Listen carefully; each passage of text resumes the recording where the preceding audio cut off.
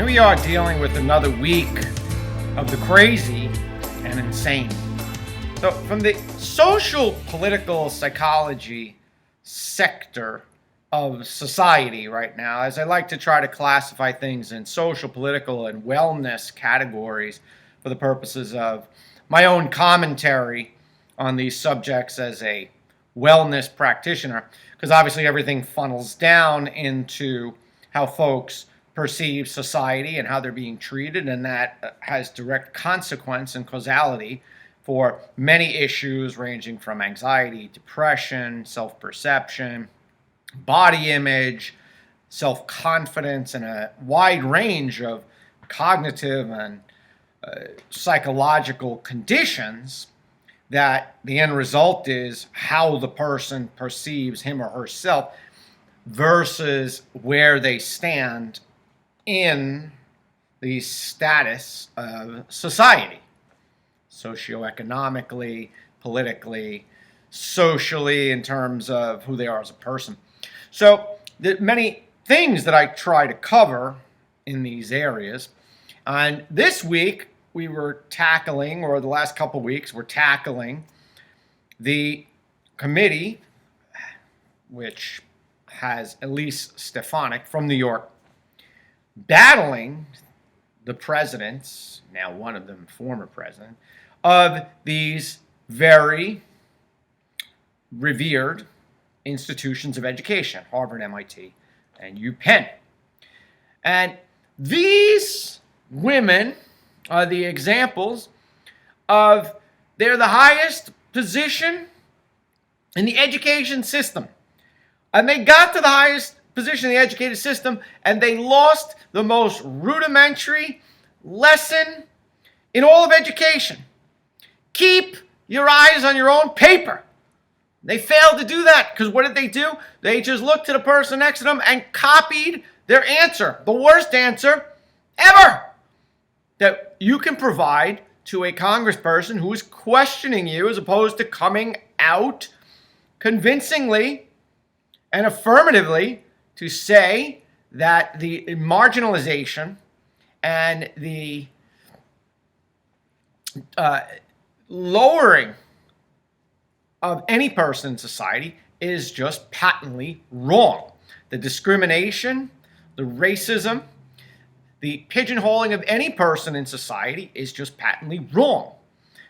But everything needs to be in context. And this whole thing has to be in context. And that was their exact argument that, well, your anti-Semitism really needs to be in context. I really wish that all this was taking place back during the time of the Minneapolis riots and George Floyd, because there was nothing to be taken out of context there. Here is a law enforcement officer that used excessive force once the subject was already under control in George Floyd. Then there was no longer any need to have to subdue this person. Okay, he was no longer going to be a threat if his arms are behind his back at this point. And that was, nobody could say that there was not an excessive force used, even if it was taught by the department. Everybody could come right out and say that racism is wrong, marginalizing persons of color is wrong, and that the manner in which the law enforcement officer employed the use of these physically pain-related tactics to control the perpetrator, it was excessive. There was nothing to be questioned about that. It was straight right out in the open. We all could agree upon it. So how these people, these presidents, can't come straight out and away and say that the marginalizing of any group in society, in this case, the Jewish students on these various campuses, unequivocally anti-Semitism in any form that could potentially lead to dangerous environments against these people is wrong. Meaning, like they are calling these anti-Semitism tropes, calling for the destruction of Israel from the river to the sea, which is that line which triggers all of these types of feelings. So it is a collection of words that is basically a manner in which to dog whistle to people, destroy the Jews. Okay, so there should not be. I could answer that as a total moron. I could say, yes, we condemn any kind of anti-Semitism or any kind of words that could lead to violence against people. Yes, there's free speech. We have to listen to ugly, incendiary things at times. Yes, that happens. Even Nazis have a right to espouse their terrible views of the world, just so long as there is not a dog whistle or a call for violence against people. Then that speech is no longer free speech. Very simple, rudimentary civics, First Amendment stuff. So let's go to Elisa Stefanik. Let's just lay some groundwork for a little bit of this social, political, psychology discussion and evaluate exactly what these people are trying to sell to Ms. Stefanik. Dr. Kornbluth, at MIT, does calling for the genocide of Jews violate MIT's code of conduct or rules regarding bullying and harassment? Yes or no? If targeted at individuals, not making public statements. Yes or no? Calling for the genocide of Jews does not constitute bullying and harassment? I have not heard calling for the genocide for Jews on our campus. But you've heard chants for intifada.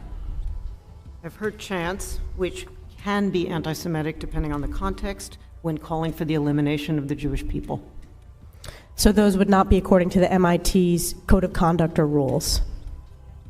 That would be investigated as harassment if pervasive and severe. Okay, so I don't know what she's dancing, quite frankly. The answer is not the worst answer. If in context it is anti-Semitic, well then on its face it is wrong. She could have just added much more simple context to say, now, if the speech rose to a level that was calling for physical violence against people, any people, then it violates the code of conduct and standards of the university. We would take action up to and including dismissing the student and or the groups that are calling for violence against these people. Real simple! Real simple.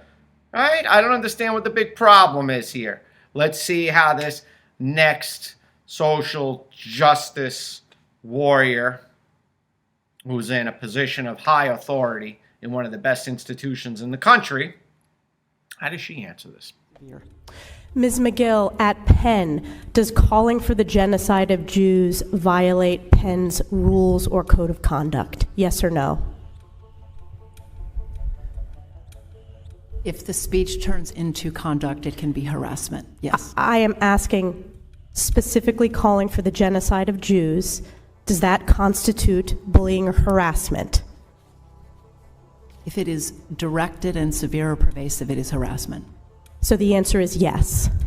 It is a context-dependent decision, Congresswoman. It's a context-dependent decision. That's your testimony today. Calling for the genocide of Jews is depending upon the context. That is not bullying or harassment. This is the easiest question to answer yes, Ms. McGill. All right, so I have to swoop in because I have to save this gal from Elisa Stefanik, who's just a pit bull with direct questions that are uncomplicated. Yes, if the context of what somebody is saying rises to the level of bullying and harassment, in context, it may not rise to the level where we would take action. But if it rose to the level, as you say, where it would be calling for the direct harm to come to any person, we would take action up to and including dismissing students or groups that are promoting such heinous acts against other people that could potentially result in physical harm to those people. Real simple. I tried to help her out. Let's see where it goes. So is your testimony that you will not answer yes? If it if the yes speech or becomes no? if the speech becomes conduct, it can be harassment. Yes. Conduct meaning committing the act of genocide? The speech is not harassment? This is unacceptable, Ms. McGill. I'm going to give you one more opportunity for the world to see your answer. Does calling for the genocide of Jews violate Penn's code of conduct when it comes to bullying and harassment? Yes or no? It can be harassment. The answer is yes. Oh. And she's got, it wouldn't be as bad if she didn't have such a stupid look on her face while giving such a dumb answer. Now, if Stefanik had reframed it to include another group of marginalized people, it could be Latinos, could be Mexicans, could be blacks, could be transgenders, folks that are suggestively in society being marginalized or lessened, which really they're not. Some of their lifestyle choices may call into question. People are allowed to have opinions. The illegality of somebody being here, in the case of, let's say, an immigrant who did not come through the front door, otherwise, rather trying to come in, slip through the side door. Okay, people are allowed to have opinions about those things, provided they don't call for harm to come to these people. You're allowed to have an opinion about all these groups. All she had to do was just say harassment of any form is not tolerated. It is evaluated, investigated, researched to see what in context is being called against another person. And if those words are calling for the direct harm to come to somebody, we will take action up to including suspending, dismissing the student and or group from the university. Real simple answer. Now, is this third, I'm going to just have to say, idiots. These two people went into the guillotine, got chopped up.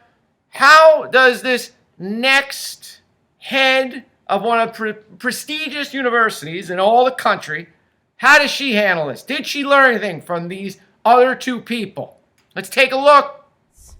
And Dr. Gay, at Harvard, does calling for the genocide of Jews violate Harvard's rules of bullying and harassment? Yes or no? It can be, depending on the context. What's the context? Targeted as an individual, at an individual. It's targeted at Jewish students, Jewish individuals. Do you understand your testimony is dehumanizing them? Do you understand that dehumanization is part of anti-Semitism? I will ask you one more time. Does calling for the genocide of Jews violate Harvard's rules of bullying and harassment? Yes or no? Anti-Semitic rhetoric. And is it anti-Semitic rhetoric? Anti-Semitic rhetoric, when it crosses into conduct that amounts to bullying, harassment, intimidation, that is actionable conduct, and we do take action. So the answer is yes, that calling for the genocide of Jews violates Harvard Code of Conduct, correct? Again, it depends on the context. It does not depend on the context. The answer is yes, and this is why you should resign. These are unacceptable answers across the board. It's like putting an amateur in the ring with not only a pro fighter, but the undefeated champ. How could you not just come right out and say, we evaluate the context?